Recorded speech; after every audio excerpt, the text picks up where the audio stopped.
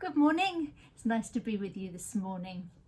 We've entered Lent, haven't we, with Ash Wednesday yesterday, and a little bit strange because I would normally have had ashes on my forehead. The imposition of ashes is part of the Ash Wednesday service where last year's palm crosses are burnt, and the ashes that creates are then used to mark the sign of the cross with the words "You are but dust, and to dust you shall return," which is a very beautiful reminder that we're all mortal. And it's a good way to start Lent, that difficult journey towards Easter. But of course we know that Easter is going to be a joyful celebration within the church calendar. Not sure how we're going to do that yet. We'll have to start asking those questions pretty soon, I think. Here's the thing about Lent though. I grew up with Lent, not in a particularly church sort of way, but I grew up with it because everybody around me, the adults around me, were giving things up. It's what we do in Lent, isn't it? Give up coffee or chocolate or alcohol. Smoking used to be a big one. Not so much now because not so many people smoke. One of my children, when she was really little, gave up custard cream biscuits. It was a hardship. It was really tough. I think it's great. I think giving up something and showing that level of discipline is really good. But, there was always going to be a but, wasn't there? Have you given something up? Maybe not. If you haven't, I don't blame you. There's enough hardship at the moment, isn't there? But if you have given up something, have you given up joyfully, or are you going to whinge and moan about it for 40 days? I know, I'm sorry, it's not a good question, is it? Because here's the thing. In previous Lents, I've given up things and I've done it quite well. Actually, I usually cave about day 36, but I'm doing my best with it. But I do whinge and moan.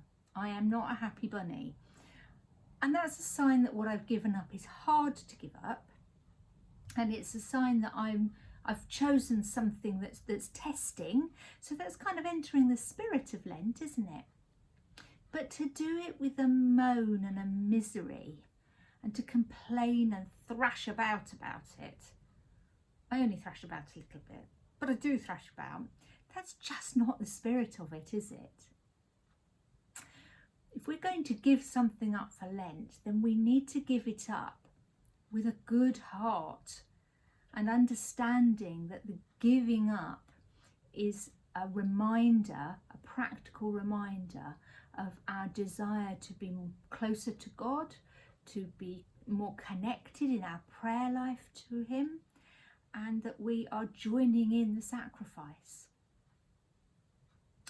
So my challenge to myself this Lent is that I'm going to be joyful about my Lenten disciplines, and I am not going to moan and whinge.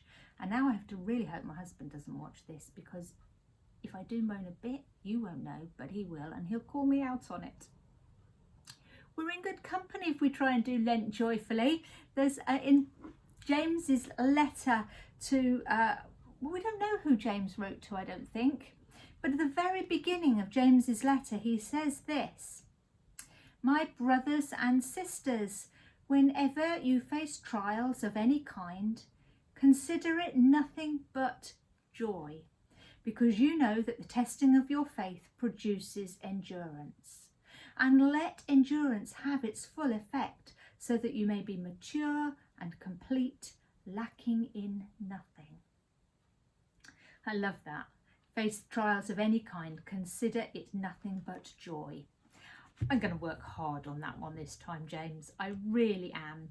So by all means ask me how my Lenten discipline is going. I will be honest with you, but I am going to try to be positive about it and journey through these 40 days of Lent with some joy and a sense of achievement, of course, but knowing that what I'm doing is designed to remind me that God loves me. Whatever you are doing for Lent, try to have it to remind you that God loves you, because, oh gosh, He really does.